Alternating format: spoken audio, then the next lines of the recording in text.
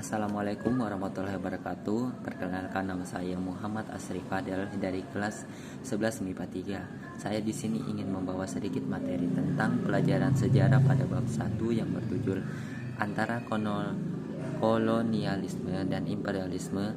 Jauh sebelum merdeka, Indonesia pernah berada di masa kolonialisme dan imperialisme. Kolonialisme merupakan suatu paham mengenai penguasaan wilayah atau negara oleh bangsa lain dengan maksud untuk memperluas wilayah kekuasaan bangsa tersebut.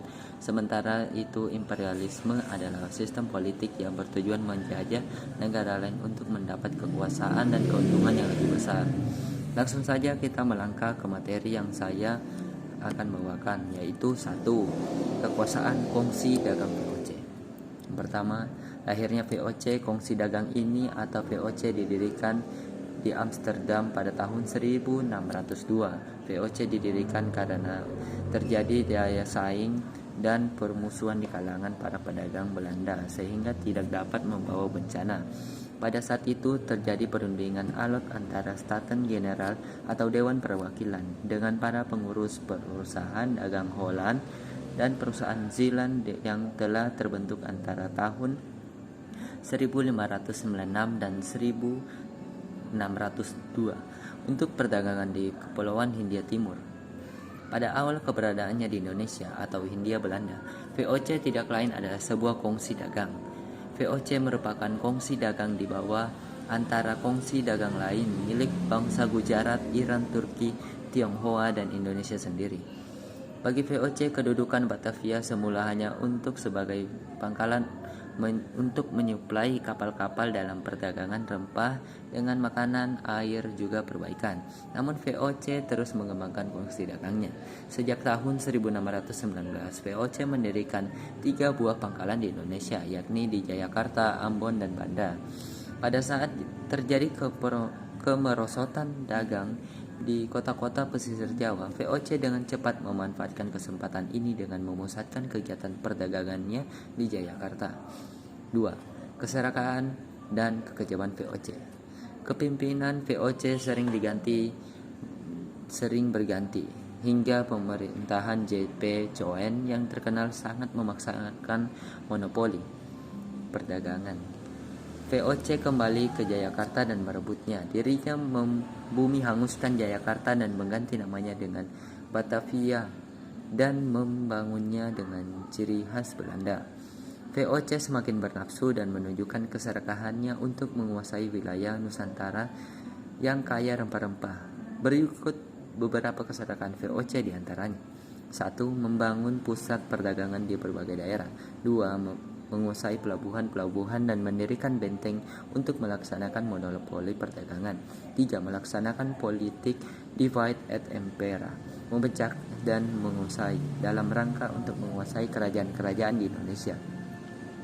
Cara-cara kejam VOC untuk meningkatkan eksploitasi kekayaan akan alam dilakukan sebagai berikut. 1. Merebut pasaran produksi pertanian, biasanya dengan memaksakan monopoli seperti monopoli rempah-rempah di Maluku. Berikutnya, tidak ikut aktif secara langsung dalam kegiatan produksi hasil pertanian. Produk dialihkan ke tangan pribumi, namun hasilnya untuk VOC. Berikutnya, VOC selalu mengincar dan berusaha keras menduduki tempat-tempat yang memiliki posisi strategis. Caranya dengan kekerasan dan peperangan serta melakukan politik adu domba.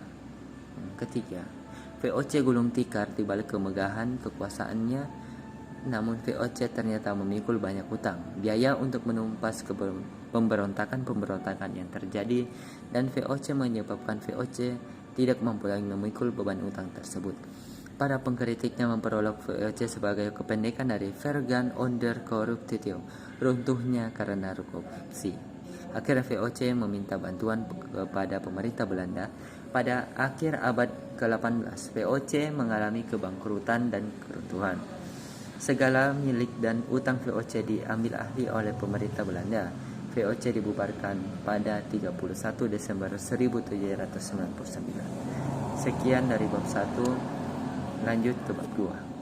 Sini membawa sedikit materi tentang bab 2 strategi perlawanan bangsa Indonesia menghadapi penjajahan. Saya mengambil Kesultanan Goa Talo, merupakan salah satu kesultanan terbesar di kawasan Indonesia Timur pada sekitar abad 16 sampai 17 Masehi.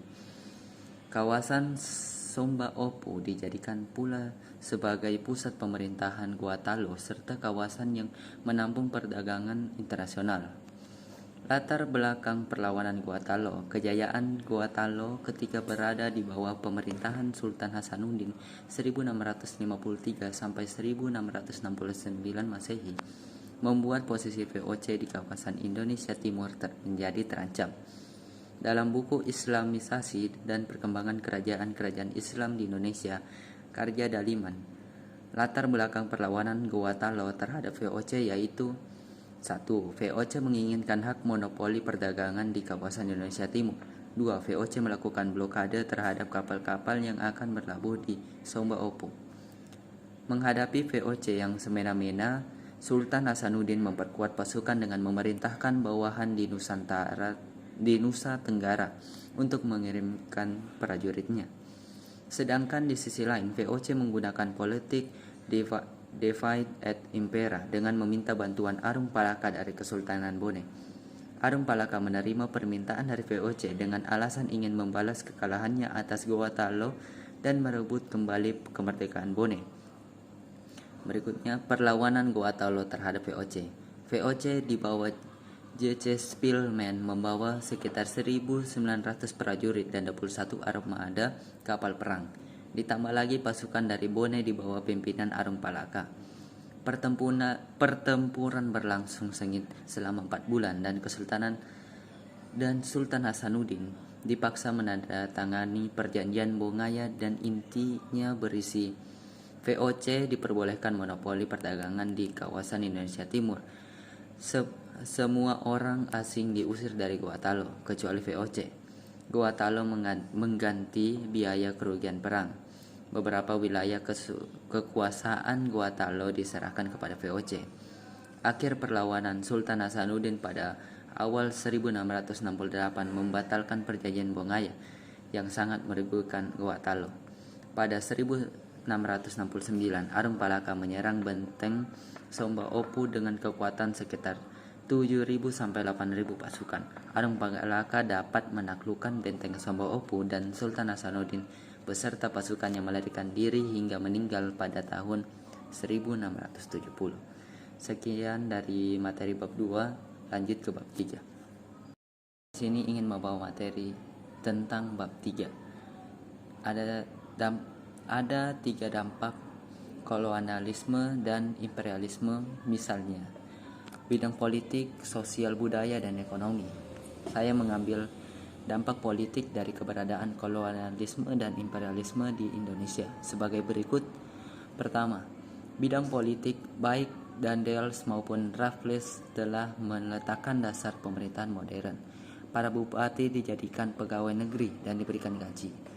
Padahal menurut adat, kedudukan bupati adalah turun-temurun dan mendapat upeti dari rakyat. Bupati menjadi alat kekuasaan pemerintah kolonial. Pamong praja yang dulu berdasarkan garis keturunan diubah menjadi sistem kepegawaian. Hal ini berlaku hingga sekarang. Aktivitas pemerintahan berpusat di wilayah Jawa. Yang kedua, Belanda dan Inggris melakukan intervensi terhadap persoalan kerajaan, misalnya pergantian tahta kerajaan. Hal ini berdampak pada penguasaan politik Indonesia oleh pihak imperialis.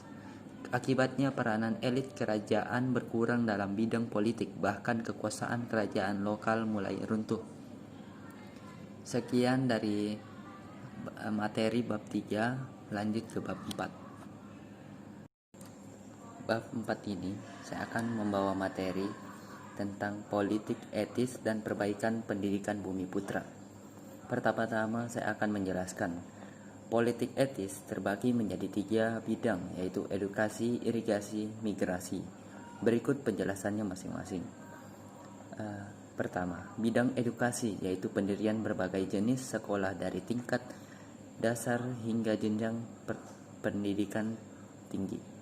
Kedua, bidang irigasi, yaitu pembangunan saluran irigasi yang diperlukan bagi sarana pengairan teknis sawah dan perkebunan. Yang ketiga, bidang migrasi, yaitu pemindahan penduduk dari daerah padat ke daerah yang memiliki pemukiman untuk berkembang. Yang terakhir, yaitu saya akan menjelaskan politik etis dalam bidang edukasi berhasil membawa perubahan dan kemajuan. Kemajuan ini tidak lepas dari keberadaan kaum intelektual Bumi Putra yang mulai memikirkan nasib bangsanya. Sekian dari materi singkat bab 4. Terima kasih sudah mengikuti pidato saya atau penjelasan dari keempat bab materi pelajaran sejarah.